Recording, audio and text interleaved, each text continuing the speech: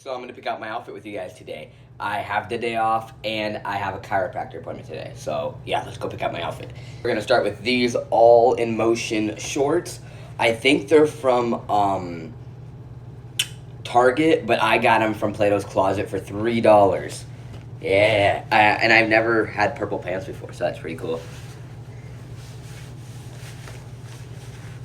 So I could either wear it like this, but I really like the the strings, so I'd probably wear it like this.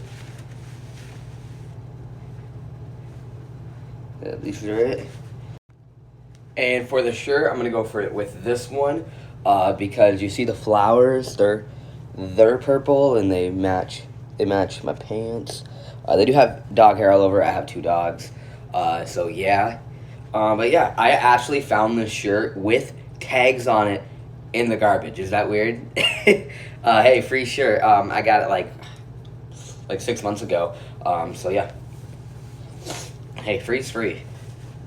Yeah, this is it. And then for the shoes, I'm probably just gonna go with Crocs because I'm really not doing anything.